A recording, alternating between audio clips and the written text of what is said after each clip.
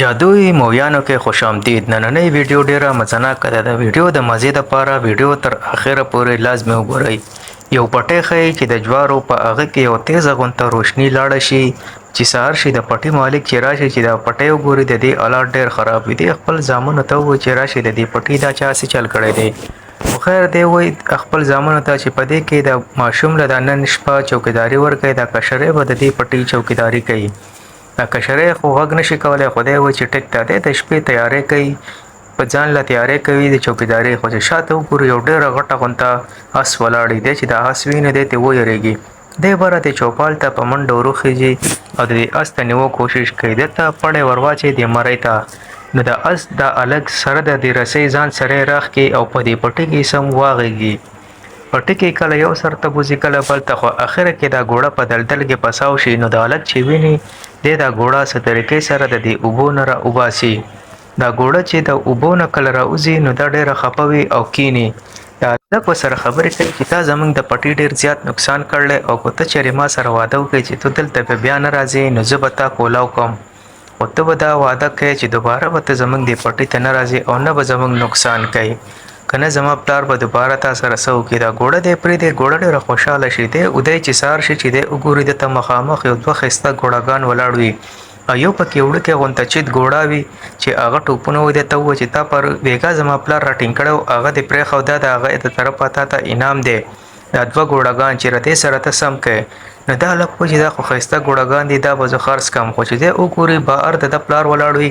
دی دې وړوکې ګوړه ته ووایي چې دا څه چل دی، دا خو زما پلار بهر ولاړ دی. دا وړوکې ګوړه ورته وایي ته په ما د پاسه کښېنه. دی ورته وایي ته وړوکی شی، دی ورته وایي ته صرف کښېنه نور دې ته خلاص یې. او دی د بجلۍ په رفتار باندې د دغه ځای نه دی وځغلی. دی حیران شي چې دا څنګه چل دی. دی ورته وایي چې په دغه کې ګوړهګان وو او هلته زما پلار را روان دی. خو دی هم دا ګوړهګان ځان پسې په جادو طریقې سره راوغواړي. دی روان شي بازار ته چې راشه زه به دا ګوړهګان خرڅ کړم، دا به ما لا ټیټه پیسې وکړي. دی بازار ته په خوشحالۍ راشي او د خلکو ته وایي چې دا ګوړهګان دی که څوک اخیسته ولی. نو د وړوکې ګوړه ته څه خطره محسوس شي. دی یو بیپاري ویني او خپل د مالک ته ووایي چې دا ګوړهګان دغه بیپاري ته ورکړه. نو دی وایي چې دا نه، دا خو زه په بادشاه خرڅوم، ما ته به ټیټې پیسې میلاو شي. په دې کې بادشاه راشي. بادشاه ردې په دې ګوړهګانو نظر شي او ده ته ووایي چې دا ګوړهګان ماله راکړه د شاهي سواري دپاره. د ده نه دا ګوړهګان واخلي او ده له پیسې ورنکړي. دی ډېر څه خفه شي. خپل د وړوکې ګوړه ته ووایي چې دا دوسې چلو که زما نه خو یې ګوړهګان هسې واخیستل. دی په جادو باندې دا ګوړهګان واپس راکاږي. نو دا ګوړهګان رامنډې وایي د باچا ځان سره سم راښکي. اخره کې د وړو بورۍ یې د باچا را کالټي کوي په دغه وړو په دې بورو کې. نو ده د مخ ټول تک سپین کې دی ډېر وشرمېږي او ډېره بېعزتي رده وشي. باچا خیر غږ ونه کړي، خو دې کسانو ته ووایي چې خیر دی د دې هلک پیسې ورکوي د ګوړهګانو. خو په دې کې ورته دا یو وزیر ووایي چې باچا صاحب ده خو زموږ بېعزتي وکړه، خو موږ به د دې ګوړهګانو د رکواله کېدو نو دی به د چوکیداري کوي او د دې طریقې سره به زموږ د بېعزتۍ بدله هم د ده نه پوره شي. باچا ورته وایي چې خوښه مې ده، دې هلک د ګوړهګانو سره خپل نوکر کړي. دی هم خوشحاله شي چې زه راشه د ګوړهګانو به زه نوکر یم. خو په لږ وخت کې د دې هلک ډېره پاپولیرټي وشي او دی ډېر زیات مشهور شي. نو دا خبره په دې باچا باندې ښه بده ولګي چې دی خو موږ بېعزته کوو او دی خو ښه پاپولر شو. خو ده ته دا وزیر ووایي چې باچا صاحب دی به موږ یو داسې مارغه پسې ولګو چې دا اور مارغه دی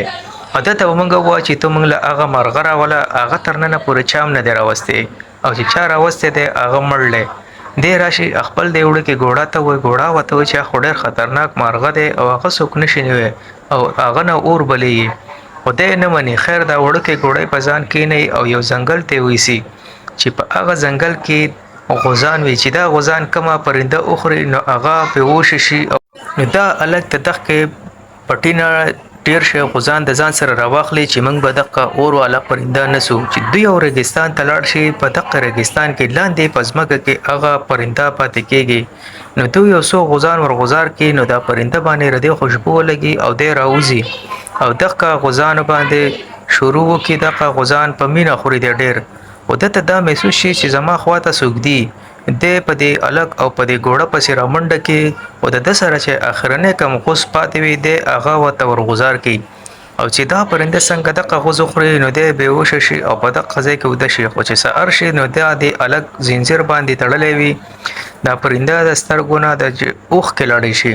دا لک په خپه شي دا ډېر رحم دلی دی دا باز بیا کولاو کی دا باز پتلو تلو کې دله یو وزر خپل ورکی دا وزر والی او محل ته لاړ شي او الته کې باچا ته وایي چې ما داسې پرنده نیولی و هغه ما پرېښودو او هغه ما ته خپل یو وزر عمره کړلی دی چې څنګه دا وزر را وباسي نو دا وزر اړو چمکاو نشي او دی ډېر ملامت راشي باچا وایي اوس څه دا سر لرګی دا صحیح موقع ده و دوی چې څنګه سر وهي په دې کې په اسمان کې دغه مارغه وښیي چې را روان وي نو دا ټول خلک او سره د دې باچا دا ټول اریان شي او دا هلک ډېر زیات خوشحاله شي دا پرنده د وجې دا هلک بچ شي نو باچا سره څه جواز نه چې ردنه زه سر لرکم خو د دې د وجې بادشاه دی پرېږدي دا وزیر باچا ته بیا هم شیطانۍ کوي چې باچا صاحب خیر دی خدای په دې ځای کې بچ شو خو په بل ځای کې به موږ نه پرېږدو دی به موږ د آیسو کوین ته ولیږو چې هغه د برپو شهزادي ده او ده ته به ووایي چې ته موږ له هغه شهزادي راوله او باچا صاحب به سره واده کول غواړي نو دی به په هغه ځای کې یقینا چې ناکامه کیږي او دی به مړ کیږي باچا هم خوشحاله شي او که چېرې راوسته نو ته به ورسره واده وکړې باچا وه چې دا خو ډېره ښه خبره ده خیر دا هلک په دغه کې میشن وځي او د برپو په شهزادي پسې لاړ شي نو دی وایي چې په دې دیوار کې به موږ دننه څنګه ځو دا خو پرب دی نو د جیب نه هغه بڼکه راوځي او هغه په دې برپو کې دننه لاړ شي او لږ ساعت بعد دا دیوال ټول پټاو شي د دا ګوړه وسره ښکته لاړه شي او دا هلک دننه لاړ شي نو هلته کې ډېرې ښایسته ښایسته جنکۍ وي دی وایي چې دې کې به شهزادي کوم ځای وي خو په دغه ځای کې د دا وزره بیا د مدد وکړي او هغه په شهزادي له پاسه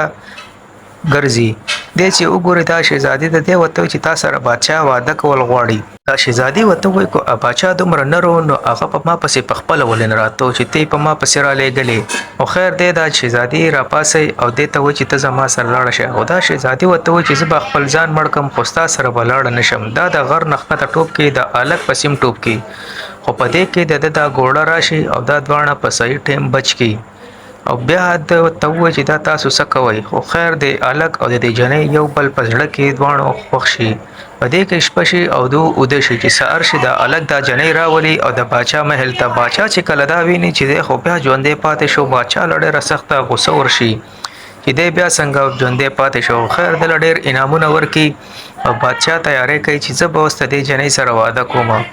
جنۍ هم تیاره کړې خو جنۍ ته وایي چې ته به زما سره واده کوې جنۍ ورته وایي چې ټیک ته زه به واده وکړم خو ته به زما د نیا یو ګوتۍ ده چې هغه د سمندر په منځ کې ده او ته به ما له هغه ګوتۍ راوړې نو د هغه ګوتۍ دپاره هم د هلک راوغواړئ چې راشه د سمندر په منځ کې ګوتۍ ده دی ګوړه ته وایي ګوړه ورته وایي چې خو ډېر خطرناک سمندر دی او موږ به په هغه کې ګوتۍ څنګه ګورو خو خیر په میجیکل طریقې سره د ګوړه ته پته ولګي چې هغه د یو ویل مچي په خېټه کې د اخکه ګوتۍ د سهار شي د هلک سره دغه سمندر طرف ته لاړ شي نو هغه چې کوم ټاپوی په هغې باندې ویل مچي هغه په زنځیرانو کې ګیر شوی دی دا زنځیران ویني نو حیران شي دا ویل مچۍ ډېر غټي د ده په خېټه کې دغه ګوتۍ د ده په خېټه کې وي دا ویل مچۍ د هلک ته وګوري او په ژړا شي ده ته ووایي چې ما په څه غلطۍ کې د انسانانو جازونه تیر کړي هغه انسانانو زه د دې د وجې تړلی یم او خیر دی د ګوړه باندې د پاسه د هلک کینې او ترتیب جوړ کړي چې موږ به رده په پوزه کې لاړ شو نو دی چې پرنجی وکړي رده دا ټول زنځیرونه به مات شي همدقسې چې دی څنګه رده په پوزه کې ننوځي او دی دا پرنجي وکړي نو رده نه دا لانچونه مانچونه هر سره به هر راوځي او دا ویل مچۍ آزاد شي د هلک خفه شي چې ګوتۍ خو تې ما وانهغسته خو په دې کې وله کیکړه هغه ګوتۍ راوړي او ده ته ووایي چې دا ګوتۍ دې واخله دی چې دا ګوتۍ ویني دی ډېر زیات خوشحاله شي چې زه ویلم خپله واده پوره کړه دی دا ګوتۍ ته وګوره ډېره ښایسته ګوتۍ وي دی لاړ شي واپس د شهزادي محل ته او په کړکۍ پسې په شهزادي پسې لاړ شي او هغې ته ګوتۍ چې وښایي ډېره زیاته خوشحاله شي چې دا ګوتۍ تا څنګه راوړه دا خو ډېره ګرانه وه د دې راوړه دا ګوړه هم دا خبرې اوري او دلته کې د دې باچا په دې هلک نظر شي دی په دې هلک باندې ډزو کې نو د دا ګوړه ولګي او ښکته پرېوځي او په دې کې د هلک بند کې په تیخانه کې چې اوس خو به دا هلک مړ کېږي دا شهزادي هم ډېره سخته خفه وي چې دا آخر څه چلو شو دا عجز خو د دومره لرې نه دا ګوتۍ راوړه او دا باچا ظالم ورسره څه زیاتی کوي خو خیر دا جنۍ په دې ګوړه پسې لاړه شي چې زه داسې بادشاه په یو غټ امتحان کې اچوم او ته به یو ګل راوړی چې هغه هلک کیدای شي چې دا باچا د هلک دی کوی ته ورغوزار کړي خو موږ به د باچا مړ کوو په څه طریقه دا جنې ورته ووایي چې باچا صاحب زه به تا سره واده وکړم خو زما یو 3 شرطونه دي هغه ته پوره کړه. د ټولو مخکې چې کوم کنډولې به وي د غټو هغه به د پیو ډک وي او ته به هغې ته چلنګ لګوې او د هغې نه بعد به یې بل کویې وي چې هغه به د برفو وي او دریم چې کوم وي هغه به د ګرمو اوبو وي او ته به د 3 غونټه چلنګ لګوې. خو ما ته پته را چې دا بادشاه به دا الک د کنډولو ته مخکې غوځاري خو ته د هغه دپاره یو ګل راوړه چې د دریم کړي نه دا الک بچ شي د پیله نه خو به زه بچ کم. خیر دا ګوړه ډیره منډه ووی په هغه ګل پسې او دغه ګل راوړو کوشش کوي چې دا الک ته د دریم کړي نه په څه طریقې سره موږ بچ کړو. دلته کې سهار شي او محل کې دا هنګامه ولګي چې اوس په باچا پسې به د الک د 3 واڼو کنډولو ته ټوپونه وخی چې د یو نه راوځي نو بل ته چې د بل نه راوځي نو بل ته محفل سجاوي خلک ګوري دا کسان راشي دا الک نیولی او دته وایي چې ته اوس د 3 واڼو پړاوونو په دې امتحانونو کې پاس کېږي. نو د الک له پیله کړي ته چې کله د کور کې دا جنۍ وته زر خپل دنیا غوته غزاره کوي د الک د دې کړي نه راوځي او په دې دویم کې لاړ شي دا جنۍ وتم ایران شي شدا سي چلو شو دی خو د برپو کړي ته لاړ په دې کې د لپاسه د مارغه وخی چې دی راشي او د دا یو وزرې هغه لاړ شي په تخ کې اوبو کې دا الک چې څنګه برپو ته لاړ شي نو د دغه مارغه د وزره راوځي د پیټۍ نه او هغه دغه دویم کړي ته هغه لاړ شي نو دا اوبه ډایرکټ ټولې ګرم شي دا الک دغه دریم کړي ته ورغزار شي دا ټول وته ایرانی په دې کې لا ګوړه نه دراغله او هغه ګول نه دراوړه ټول ایران شي پریشان وي چې زاد الک مړ شو ټول عوام چې کوم وي هغه خپه شي خو په دې کې په لک صحت کې دنه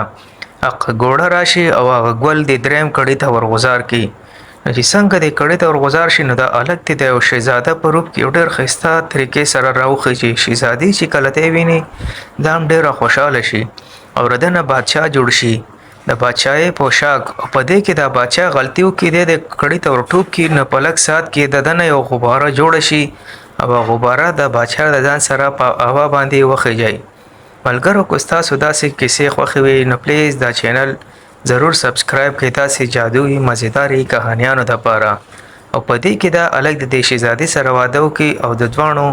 واده وشي او د عوامو غواړي چې دا دوانه میلاو شي او دلته کې دا ګوړه وته اوخی چې هغه ډیره خوشاله شي او دا جنې دی ګوړه ته وایي چې ته نه مړ کېږي ته به 1000 سال نورم ژوندې ژوندګي تیرایي. نو دې طریقې سره د عوام ډیر خوشاله شي او د الک او جنې واده وکي. نو ملګرو دا ویډیو ضرور لایک او سبسکرایب کړئ.